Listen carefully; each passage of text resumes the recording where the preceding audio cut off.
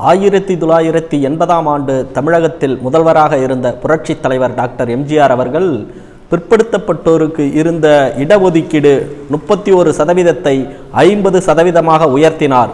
ஏற்கனவே பட்டியல் பிரிவிற்கு இருந்த 18% ஆக கூடுதல் 68% இடஒதுக்கீடு கடைபிடிக்கப்பட்டு வந்தது. 1989ஆம் ஆண்டு தமிழக அரசு பிற்படுத்தப்பட்டோருக்கு இருந்த 50% இடஒதுக்கீட்டில் 30% மிகவும் பிற்படுத்தப்பட்டோருக்கு பிரித்து வழங்கியதோடு பட்டியல் பிரிவிற்கு 19% இணைத்து ஆக கூடுதல் 69% இடஒதுக்கீடு தமிழகத்தில் கல்வி வேலைவாய்ப்பில் கடைபிடிக்கப்பட்டு வந்தது.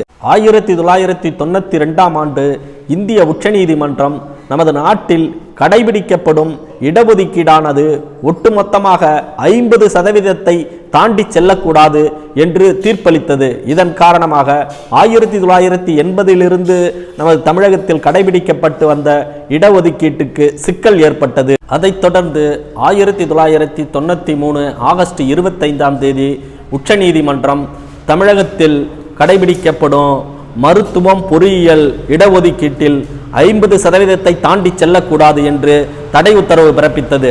அதைத் தொடர்ந்து 1993 நவம்பர் 9ஆம் தேதி புரட்சி தலைவி அம்மா தலைமையிலான அதிமுக அரசு தமிழகத்தில் கடைபிடிக்கப்படும் 69% இடஒதுக்கீட்டை நிரந்தரமாக்கும் பொருட்டு தமிழக சட்டப்பேரவையில் அரசியலமைப்பு சட்டத்தை திருத்த வேண்டும் என்று தீர்மானத்தை நிறைவேற்றியது. அதைத் தொடர்ந்து 1993 டிசம்பர் 30ஆம் தேதி கூடிய தமிழக சட்டப்பேரவை புரட்சி தலைவி அம்மா அவர்கள் தமிழகத்திலே கடைபிடிக்கப்படும் 69% இடஒதுக்கீட்டை நிரந்தரமாக்கும் பொருட்டு தனி சட்டவரவை கொண்டு வந்து மத்திய அரசின் ஒப்புதலுக்கு அனுப்பி வைத்தார்கள்.